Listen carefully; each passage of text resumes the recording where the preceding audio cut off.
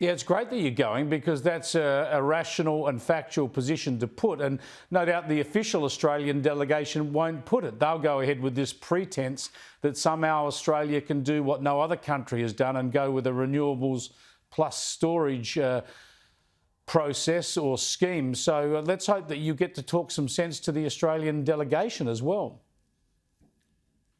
Look, I think Australia's position on climate change is simply embarrassing because if it doesn't include nuclear energy, the cleanest form of power generation possibly available to us, what is the point? No nation has been able to successfully transition without either large amounts of nuclear or hydro. So we shouldn't have to be the guinea pigs in this one big, massive experiment because the fact is, if we are not able to transition our grid and transition our nation effectively to reach net zero and address climate change, the consequences of that failing are going to impact my generation disastrously. So whilst at COP, I'm going to be making the case, and I've started a petition for this as well, which we might be able to discuss later, but I'll be calling on the Australian delegation at COP28 to support nuclear energy.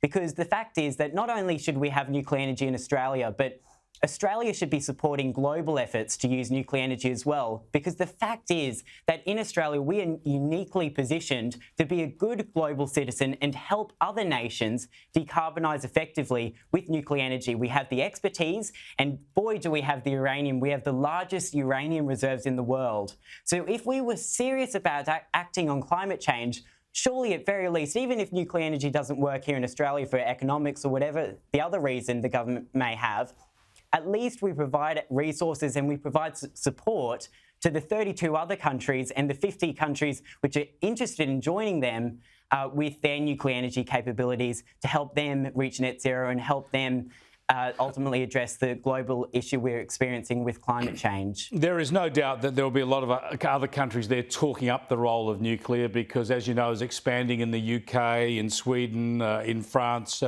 in Asia as well. So you'll find plenty of intellectual exchanges with countries that are moving forward on this. I'm wondering, though, whether you might be planning to seek out Greta Thunberg. She's no longer a teenager, of course. She's turned 20.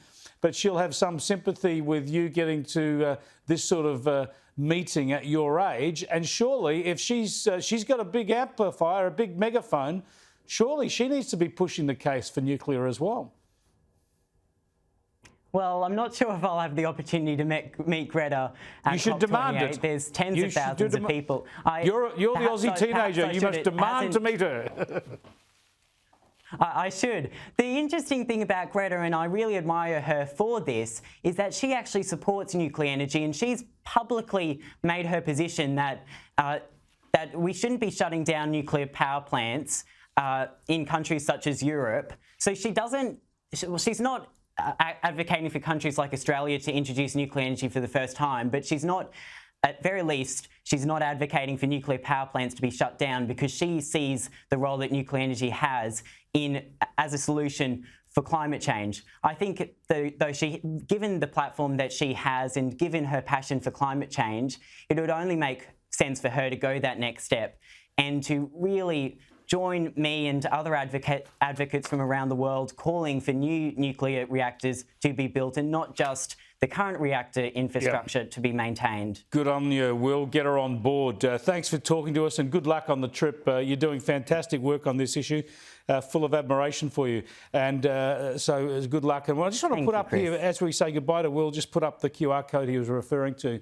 This will get you to his new petition now that is calling on the Australian delegation at the COP28 to support nuclear energy. So if you want to push Australia down this path, use that QR code there on your screen and you can sign Will's second petition.